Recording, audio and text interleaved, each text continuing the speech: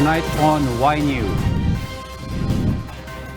Malacañang says China's continued fishing won't deplete resources in the West Philippine Sea. The Philippines to employ unmanned aerial vehicles to patrol its territories in the West Philippine Sea. The Philippine National Police say at least 11 suspects in the brutal killing of 4 police officers in Negros Oriental have been identified. The Department of Interior and Local Government plans to utilize private roads as alternate routes for motorists during rush hour. And the Manila City Government seeks suspension of the entire Baclaran to Divisoria jeepney route. Good evening. Malacañang slams the statement of Supreme Court Associate Justice Antonio Carpio that the fish supply in the West Philippine Sea will deplete because the President allows China to fish within our exclusive economic zone. Rosalie Cos explains why. Associate Justice Antonio Carpio remains firm on his belief that if the Chinese are allowed to fish in the West Philippine Sea, they will take all the fish because they have a huge fishing fleet, the largest in the world. But Malacañang responded, fishes in the ocean reproduce every day. Paano nyo manalaman na, kasi ang punto niya, mauubusan ng isda. Paano nyo nalaman yung mauubusan tayo ng isda doon? Ba't yung bang isda hindi na nagre-reproduce? Pag kinuha mo, kung araw-araw din nagre-reproduce, bakit naman ay lawak ng dagat? Parang bagang, ewan ko ba kung anong, saan basis niya yun? It was President Rodrigo Duterte himself who reiterated during his State of the Nation address yesterday that though the Philippines owns the West Philippine Sea, we are not the one in control of the property. China also claims the property and he is in possession. Yan ang problema. Sila yung in possession and claiming all the resources there as an owner. We are claiming the same, but we are not in the possession because of that fiasco. Noong dalawang nag-stand off doon during the time of my predecessor, si Albert Ambassador, if I'm correct, I do not know this. Of course, when she says, I will fish, who can prevent him? And sabi ko naman, we will fish because we claim it. And sabi ko, please allow, because before that, they were driving away our fishermen. Di ba inaabog nila? Kaya sabi ko, do not drive them away because the Filipinos are of the belief that they are also declaim it. The chief executive also explained what he meant when he said in due time, he will not allow others to fish within our exclusive economic zone, particularly China. So we are a claimant, they are a claimant, so we'll have to say, look, do not forget me. And I would insist that as the owner, though conflicting with your stand, we also must have a share of the resources. Second is, wag muna ngayon. That's the first. The second is when I said, during my term, last ko na lang yan, but maybe on the second or the first term of my last year, God willing, if I'm still alive. Rosalie Cos, UNTV News and Rescue, Malacañang. The territorial dispute in the West Philippine Sea is one of the highlights of President Rodrigo Duterte's State of the Nation address yesterday. The president says China is in possession of the West Philippine Sea. However, National Security Adviser Esperon believes otherwise and reveals that the country will strengthen its capabilities within its maritime domain. Here's Harleen Delgado to tell us why. China also claims the property and he is in possession. Yan ang problema. Sila yung in possession and claiming all the resources there as an owner. This is one of the issues President Rodrigo Duterte stressed in his State of the Nation Address or SONA yesterday. However, for National Security Adviser Esperon, what the president said is that China is in possession and not in possession of the West Philippine Sea. According to Esperon, though it is true that China has been able to build artificial islands in the disputed territories, it does not possess the entire West Philippine Sea. I think the president did not say that they are in possession. Yes. But they are in position. So they have the positional advantage right now. And they have the equipment to enforce their position. On this, Defense Secretary Delfin Lorenzana agrees, noting that the president pertained only to Scarborough Shoal that has been controlled by the Chinese since the previous administration. Senior Associate Justice Antonio Carpio also debunks the president's claim, saying that China is only in possession of 7 features in the Spratlys, Scarborough Shoal, and Sandy Cay, which are less than 7% of the entire West Philippine Sea. The security advisor admits China has gained control in its positions in the West Philippine Sea. That's why what the Philippines needs is to strengthen its capabilities in its maritime domain. Our fisheries boats, Coast Guard ships, and of course the Navy and the Air Force have strengthened improved their capability to have more control over our domain, which is the West Philippine Sea. The National Security Adviser adds some of the improvements to be launched include the airport expansion on Pag-asa Island, deployment of unmanned aerial vehicles, and satellite imagery. Another was the building of 5 new lighthouses, in addition to the existing lighthouses established within and outside of the country's exclusive economic zone or EEZ. The lighthouse may be a simple structure, but it serves the purpose of safety of life at sea and navigation, and it also means our sovereignty on the islands themselves. Esperon, who also chairs the National Task Force on the West Philippine Sea, stresses that they prioritize to resolve maritime disputes through diplomatic protest. He says they have filed a diplomatic protest before the Chinese Embassy as their first move in resolving the Recto Bank incident. We have not abandoned any island. No island was taken from us since 2016, and we are strengthening our positions and possessions. Harleen Delgado, UNTV News and Rescue, Quezon City. An analyst says President Rodrigo Duterte was able to connect his message to the Filipinos when he delivered his State of the Nation address yesterday. Ray Pelayo explains why. Majority of Filipinos were all eyes on President Rodrigo Duterte and all ears to what he had to say when he reported the State of the Nation yesterday. Filipinos have varying reactions towards what they heard from the country's top leader. Wala, totoo naman yung sinasabi niya eh. Na kamukha niyo sa West Philippine Sea. Mapadala siya ng sundalo, marines. Wala makakabalik. Dahil alam mo eh, puno ng guided missiles yung yung island. Kontento na rin ako. Okay na rin. Hindi ko po siya nasimulan panoorin. Umalis ka agad ako kasi nagte-therapy po ako dyan. Maganda po sana kaso hindi ko napanood. For Dr. Dennis Coronacion, the chairman of the Department of Political Science of the University of Santo Tomas, the president was able to connect his message to the people. Kung alalahanin natin yung sinabi niya sa SONA, napakasimple ng kanyang mga salita.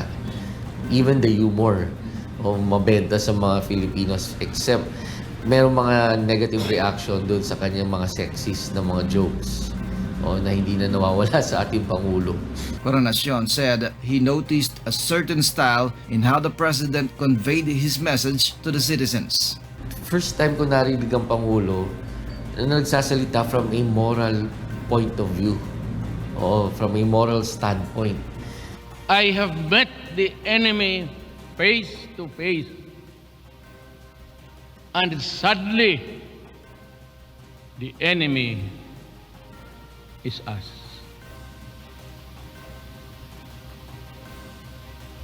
We are our own tormentors, addressing the Filipino people. We are our own demons. According to Dr. Coronacion, reforms in the government's procedures is the president's major point. The same is what the most Filipinos are concerned about, including the slow process of application for license, clearance, and other documents. Kayo rin kasi, sinasabi ko na sa inyo, be assertive. At pag kayo o ikaw hiningian more than the required payment by government at humingi pa sa iyo, I've been telling you, mag-iskandalo kayo sa opisina. Make a scene. Sampalin mo yung na yan. Kasi aabot rin sa akin yan. So halimbawa, tapos yan nang sabihin nung unang parte ng kanyang speech. Uulitin na naman niya nung kalagitnaan at bago siya magtapos, inulit na naman niya. Sabi niya, improvement of government services. Coronacion said that this style of administration carried over by the president was done when he was the mayor of Davao City. This is also the reason, he added, why the chief executive is still enjoying high approval ratings. But Coronacion is not in favor of the president's foreign policy like that on the West Philippine Sea issue. For him, bilateral talks should be accompanied with multilateral talks with the Association of Southeast Asian Nation or ASEAN member countries, especially that China is not the only claimant of the area. Like Indonesia, pag nakikita nilang binubuli sila, they fight back.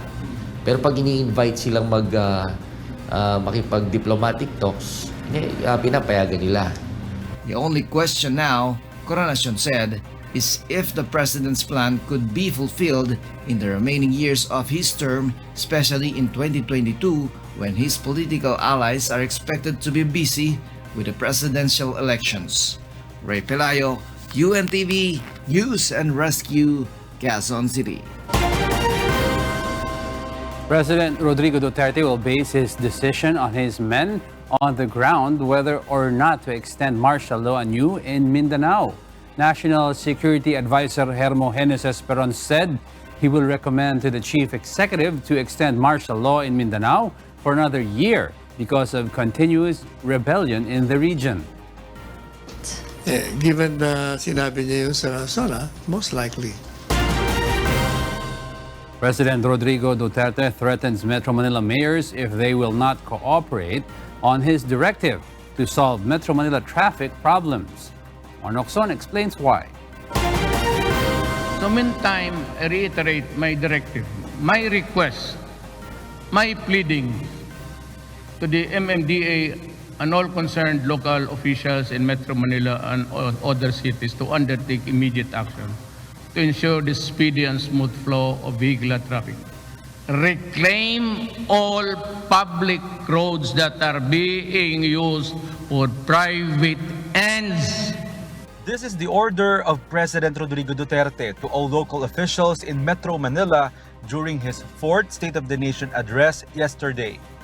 President Duterte cited the Japan International Cooperation Agency or JICA report that the Philippines loses 3.5 billion pesos every day due to traffic congestion. The chief executive orders the reclamation of public roads used for private ends. But the order involves threatening Metro Manila mayors with suspension. And again, I ask Secretary Anyo to see to it that this is enforced. If there is a mayor or a governor or kung ano kang sino kang demonyo ka, i-suspend mo, Sir Anyo. Give him time, and if he cannot, if he is not up to it, then papahingayin mo na lang. Suspend mo na. Wala talagang magawa. But even before the president made the announcement, some local government units have already been doing this in their respective cities. Mayor Isko leads as an example when he cleaned Divisoria and several roads in the city of Manila. Obstructions in public places have also been removed by the Manila City Government. In Quezon City, clearing operations are conducted regularly. According to Quezon City's official Facebook page, traffic law enforcers prohibit parking of vehicles in front of Balintawak Market. Traffic authorities regularly inspect and apprehend illegally parked vehicles. Illegal vendors are removed from sidewalks through road clearing operations headed by the Metropolitan Manila Development Authority or MMDA. Recently, JICA has lauded the Philippines for its effort to construct infrastructures that will help decongest traffic in Metro Manila. This include the Metro Rail Transit 7 and the Skyway Stage 3 project, and some infrastructure projects under the Build, Build, Build program of the government. Road clearing operations is one of the many ways to decongest traffic, but infrastructure projects will greatly help solve the monstrous traffic situation in Metro Manila. Mon Hokson, UNTV News and Rescue, Quezon City. Interior Secretary Eduardo Año takes immediate action on President Rodrigo Duterte's order to resolve the worsening traffic crisis. Joan Nano tells us why. As the Philippines incurs economic losses that reach up to more than 3 billion pesos a day due to the monstrous traffic problem, particularly in Metro Manila, President Rodrigo Duterte orders the Department of the Interior and Local Government or DILG, the Metropolitan Manila Development Authority or MMDA, and concerned local government officials to take immediate action to ensure speedy and smooth flow of traffic. In response to this, DILG Secretary Eduardo Año is looking into the possibility of utilizing private roads that will serve as an alternate route even just on rush hours. Maraming subdivision dyan na ayaw ipagamit yung kalsada nila. Pero pwedeng secondary roads yan eh. So kahit during rush hours lang, titingnan natin yan. The official also wants to review the traffic ordinances of various cities in Metro Manila which are not in accordance with the MMDA's policies. He is also planning to implement the Unified Number Coding Scheme as well as strengthening the anti-illegal parking campaign. Kayang-kaya naman paluwagin yung mga kalsada na yan. So mag-uusap yung MMDA, yung 17 mayors ng NCR, para gumawa tayo ng isang siguradong plano na implementable to ease traffic. Meanwhile, the Department of Public Works and Highways and the Department of Transportation are in support of the President's directive to address traffic congestion. But both agencies admit that issues on the right-of-way remains to be a huge challenge in the speedy completion of the government's major road projects under its Build, Build, Build program. Yung kalsada, para sa common tao yan, hindi pang pribado yan. So dapat lang ibigay sa common tao yan. Yung mga right-of-way, kailangan ho namin. Ngayon, yung mga kailangan namin right-of-way, nasa peripheral ng mga tinatawag ng proyekto yan. Kung nawala at nabigay yung right-of-way, luluwag ho yun. On the other hand, the DPWH assured that the government is giving proper compensation and relocation for properties and establishments that will be affected by the construction of various infrastructures and road projects in Metro Manila. The government has the right to expropriate. But of course, kami naman, hanggat maaari, we try to negotiate. We try to be as fair as we can to everyone. But of course, we have to look at the overall benefit. Marami naman makikinabang sa mga projects, and of course, we have to do our best to prioritize what will help the most number of people. Joan Nano, UNTV News and Rescue, Parañaque City. President Rodrigo Duterte wants to have a national law that will impose midnight liquor ban across the country. However, he lets the Congress decide if they will support his desire. The president said he will not issue executive order on this and suggests to Congress to think about whether to push for the proposal or not. We're just suggesting, I'd like to Congress to ponder on it and maybe sleep on it, and if they want. But it can improve tremendously the quality of life. Stop drinking at almost 11, then you go home. Overall, by experience, that it will do good But I said it would be at the expense of a reduced income for those who operate nightclubs, clubs, discos during nighttime.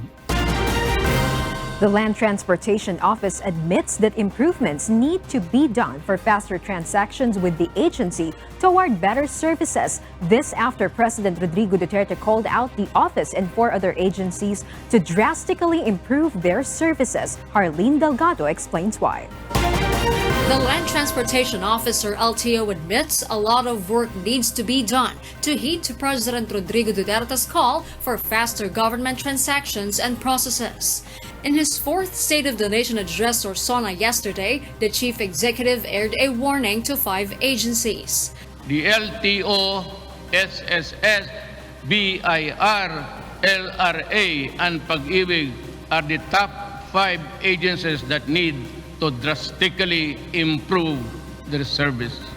I've been asking that from you since 3 years ago. Pag hindi pa rin yung nagawa yan ngayon, papatayin ko talaga kayo.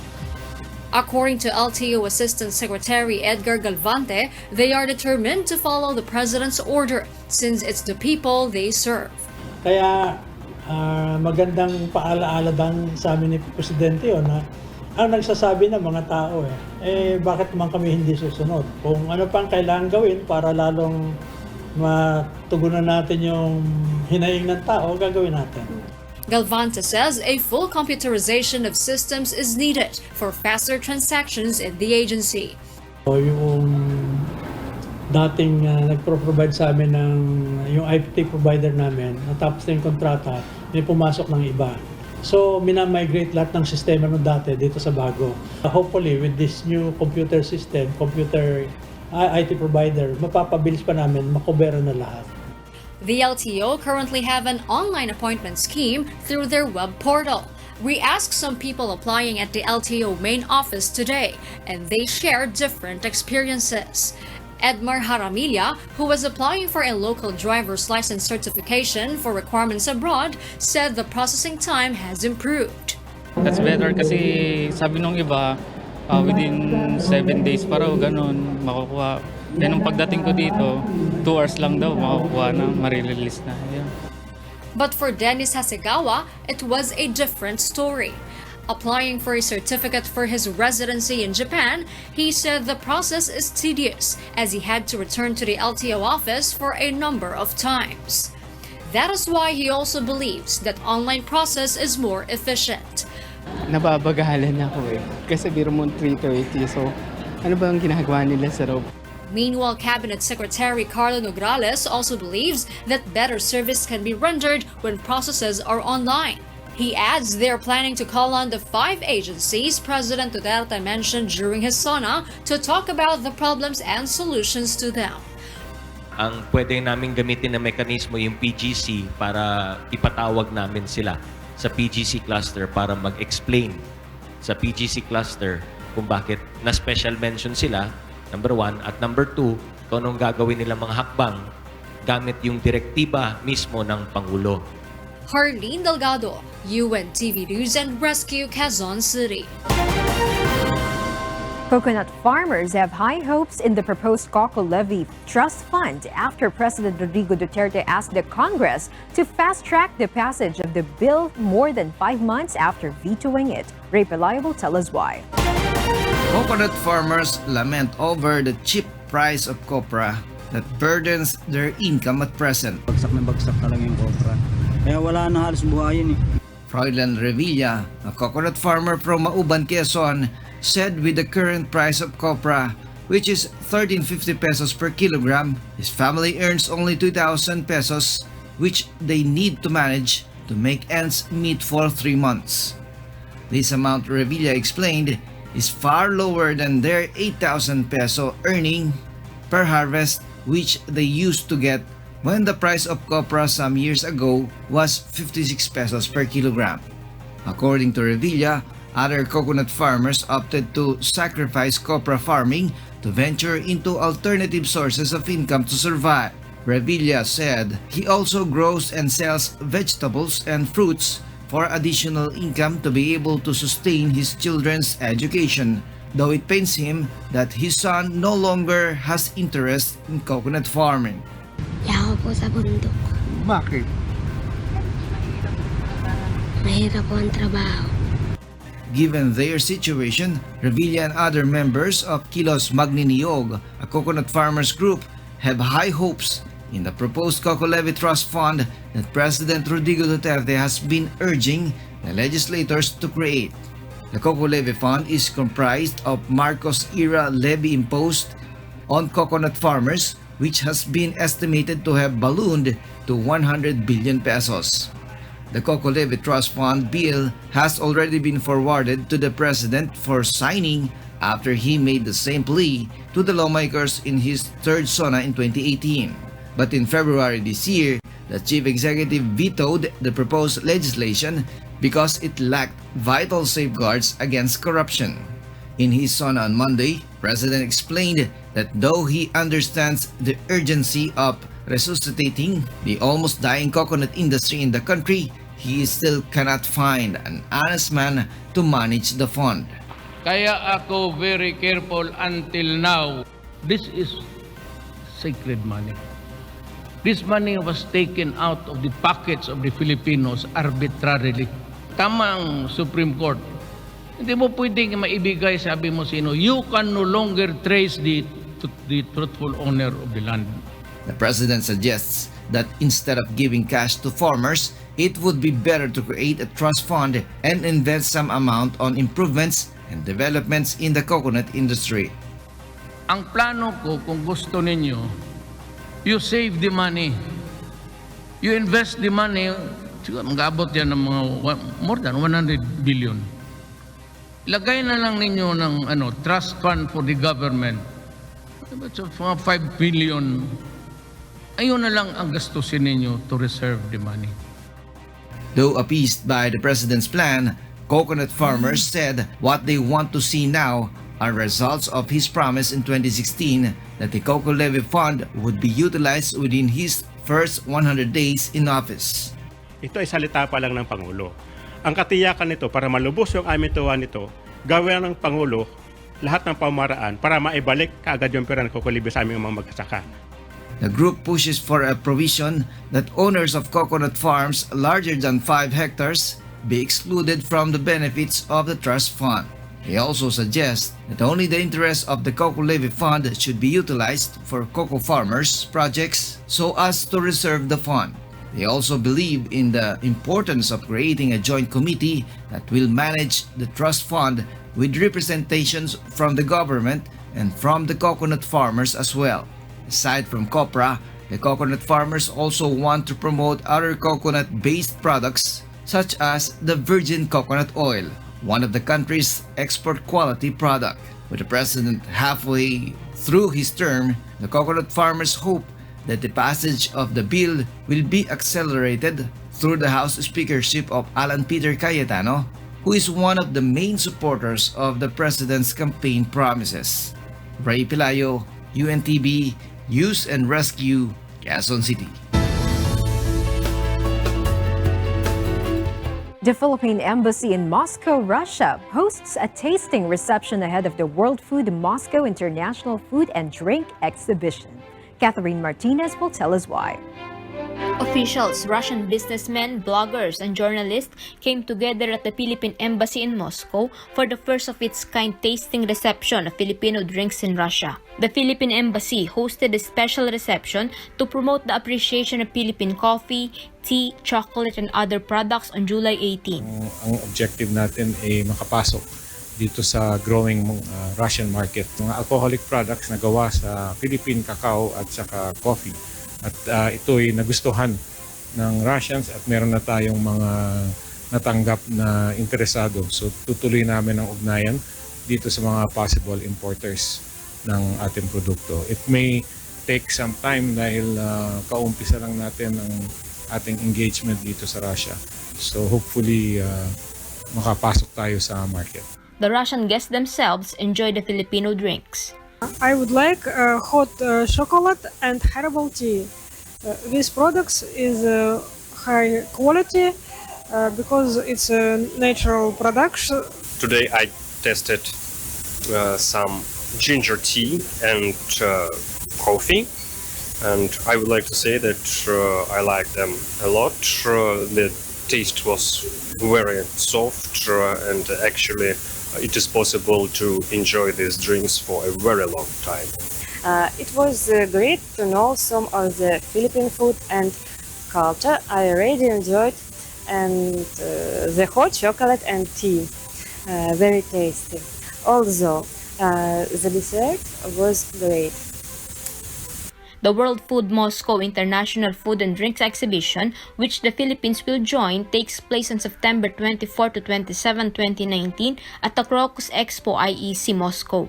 Ambassador Carlos Sureta also shares they have future plans to further promote Filipino products, services, and tourism in the transcontinental country. Meron po tayong mga future plans. Siyempre magpa-participate tayo sa August. Meron po kaming Philippine Street Fair dito po sa loob ng embassy. Magtatayo tayo ng mga 20 booths na magdi-display ng ating mga produkto, ating mga services, ang ating mga tourism destination. According to the Department of Trade and Industry, Russia in 2017 was the Philippines' 29th largest trading partner, 37th largest export market, and 24th largest source of imports. Catherine Martinez, UNTV News and Rescue, Moscow, Russia. And to finally complete the most significant news for the day, Y News continues. Here are the top stories.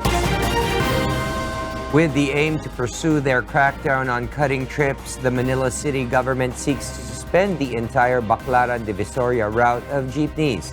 April Senedoza tells us why.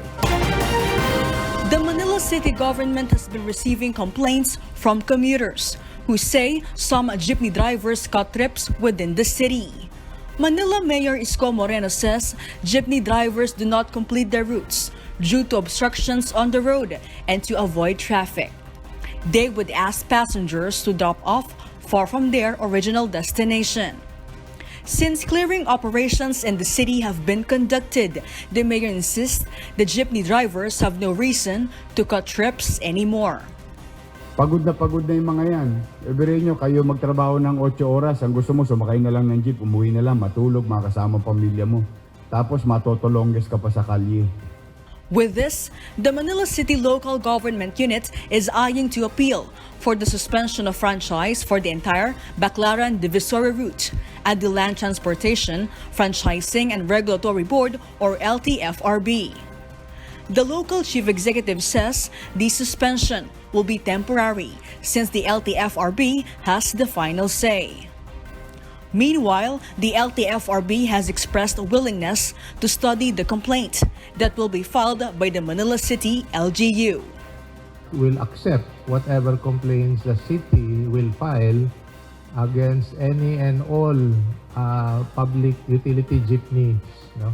O kahit na anuman, pwedeng ma-UV Express or ma-taxi na pupunta rito sa Metro Manila na nagtitrip cutting o kaya nag-aabuso sa kanilang prangkisa.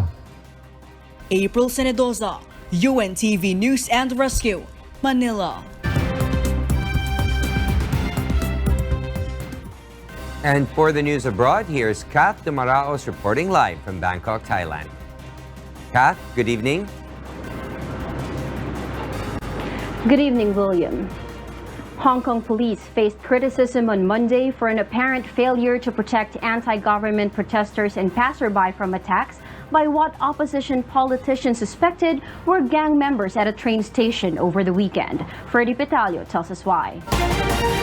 Video taken by a witness captured suspected gang members attacking an unarmed man after he pled with them in Hong Kong on Sunday night. The suspected gang members, mainly comprised of masked men in white t-shirts, first attacked train passengers in Hong Kong's Yuen Long Station.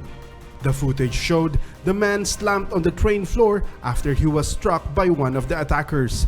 Other footage posted on social media showed dozens of men attacking people with wooden rods and metal sticks inside the station. 45 people were injured, with one person in critical condition. The attack on Sunday came during a night of escalating violence that opened new fronts in Hong Kong's widening political crisis over an extradition bill that could see people sent to China for trial. It's heart-wrenching in a supposedly safe city called Hong Kong. The more than apparent collusion between the police and the triads in that neighborhood, it's inexplicable. And the idea seems to be one of to shock, to awe, to terrorize. Protesters had earlier on Sunday surrounded China's main representative office in the city and defaced walls and signs and clashed with police. Pro-Beijing lawmaker Starry Lee said their party seriously condemned protesters' action and regarded it as an insult. It is never Hong Kong's tradition or wish of Hong Kong people to turn Hong Kong to be the enemy of the whole country of the PRC, of which Hong Kong form parts of it. Hong Kong Chief Executive Carrie Lam said that all of Hong Kong and its people will suffer if violence continues to disrupt the Special Administrative Region. Ferdy Petalio, UNTV News and Rescue, Hong Kong. Iran captured 17 spies working for the U.S. Central Intelligence Agency, and some have been sentenced to death. Meanwhile, thousands of Puerto Ricans took to the streets in the capital city of San Juan on Monday, asking for their governor to resign and for the end of a culture of corruption on the island. Jovic Burmas explains why. In Puerto Rico, hundreds of thousands of people filled San Juan streets on Monday to demand that Puerto Rico Governor Ricardo Rosselló resign over offensive chat messages. The latest scandal to hit a bankrupt island struggling to recover from deadly 2017 hurricanes. Puerto Rican celebrities including pop singer Ricky Martin joined the protest crowds. Rosselló's announcement on Sunday that he would not seek re-election next year and would step down as head of the new Progressive Party seemed to have little effect on the crowds, who called for him to immediately surrender the governorship. Rosselló, 40, asked for forgiveness and said he respected the wishes of Puerto Ricans in a message broadcast online on Sunday. In Israel, Israeli forces demolished a cluster of Palestinian homes near a military barrier on the outskirts of Jerusalem on Monday. In the face of protests and international criticism, Israel said the 10 apartment buildings, most of them still under construction, had been built illegally and posed a security risk to Israeli armed forces operating along the barrier that runs through the occupied West Bank. UN officials who had called on Israel to halt the demolition plans said 17 Palestinians faced displacement. And in Iran, Iran says it has arrested 17 spies who it says were working for the CIA and sentenced some of them to death. Iranian state television published images it said showed the CIA officers who were in touch with the suspected spies. US President Donald Trump has dismissed the Iranian allegations, saying they are totally false. Iran announced in June that it had broken up an alleged CIA spy ring, but it was unclear whether Monday's announcement was linked to the same case. The announcement comes after 3 months of spiraling confrontation between Iran and the West that began when new tighter US sanctions took effect in May. Jovic Burmas, UNTV News and Rescue. And those are the news from the other parts of the globe. Back to you, William. Thank you very much. Kath Dumaraos reporting live from Bangkok, Thailand.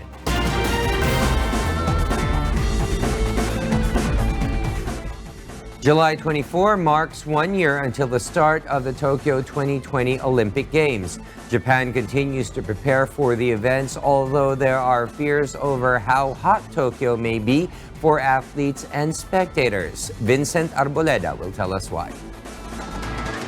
Tokyo 2020 Olympic and Paralympic Games organizers say preparations are right on track despite controversies. Construction at all newly built and temporary venues, including the National Stadium and Olympic and Paralympic Village, are on schedule, officials say, and 3.22 million tickets were sold during the first domestic sales phase, exceeding expectations. 33 sports are included in the program. 5 new sports have been added, namely softball, karate, sport climbing, skateboarding, and surfing.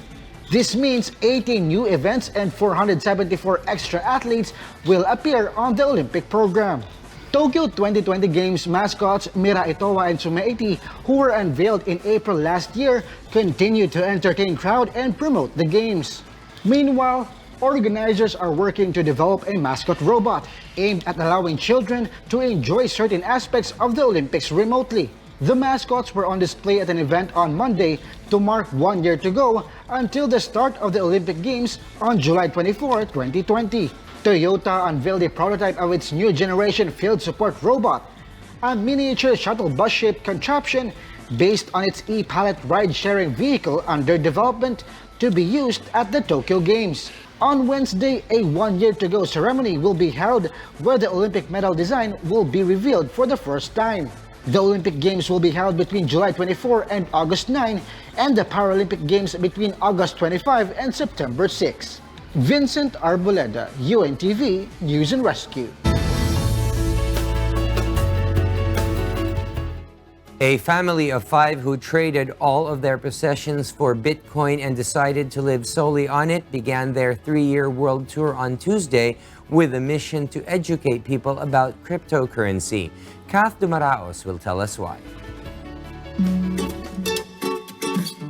Dutchman Didi Taihutu, his wife Romaine, and their 3 daughters will travel the world in a Bitcoin-branded camper van, visiting 250 cities in 50 countries on 5 continents.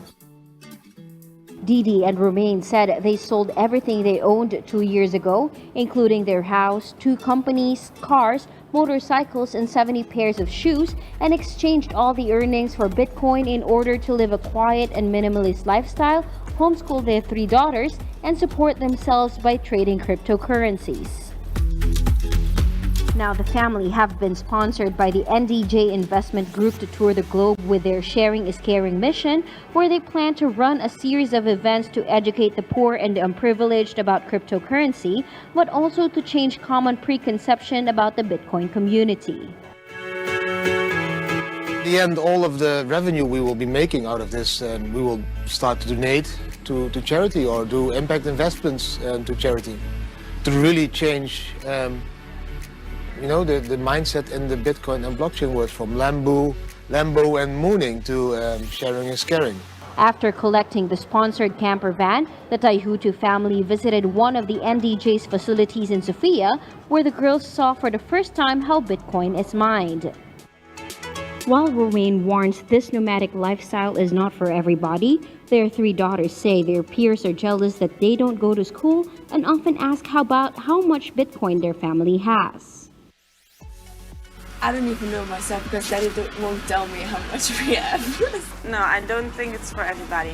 It's just, what do you want to reach in life and what are your goals? And not everybody loves to travel like we do, so no, it's definitely not for everybody. After leaving Bulgaria, the Bitcoin family will head to events in Turkey, Switzerland, and Spain. Next, they are planning to visit countries in Asia, Oceania, and Africa. They also plan to travel the Che Guevara route in South America before heading to the U.S. Kat Dumaraos, UNTV News and Rescue.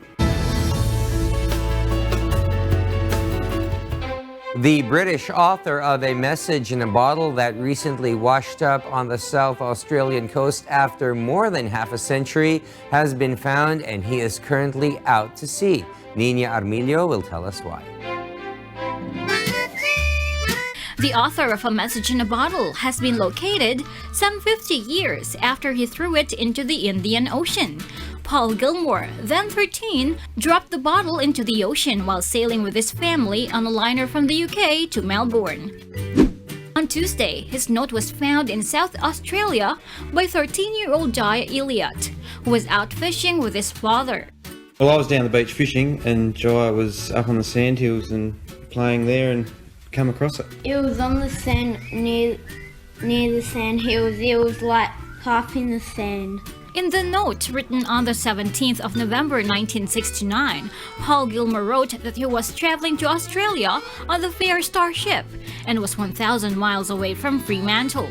He urged whoever found the note to reply. Elliot responded, but unbeknownst to Jaya, not only did Gilmore not live in Australia, but he had moved back to the United Kingdom. Mr. Gilmore finished his education in the UK before working in Scandinavia and the Middle East as an English teacher. The Australian Broadcasting Corporation, or ABC, helped track down Gilmore, who ironically was on a cruise in the Baltic. Mr. Gilmore's family told ABC that as soon as he returns from his cruise, Mr. Elliot should expect a response in a more modern method. Nino Armilio, UNTV, News and Rescue. And those are the reasons behind the news this July 23, 2019. On behalf of Alex Baltazar and Angelo Castro III, I am William Theo, and before we close, we will recap with some of President Rodrigo Duterte's State of the Nation address. Because we need to know, we will always ask why. Good evening.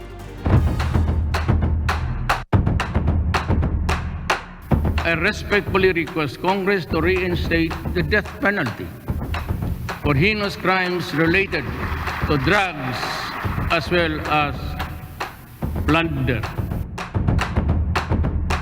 I support the proposed measure to create the National Academy for Sports for high school students. You have to study this very carefully. Congress has to postpone the May 2020 election. Ang yung barangay Sangguniang Kabataan to October 2022.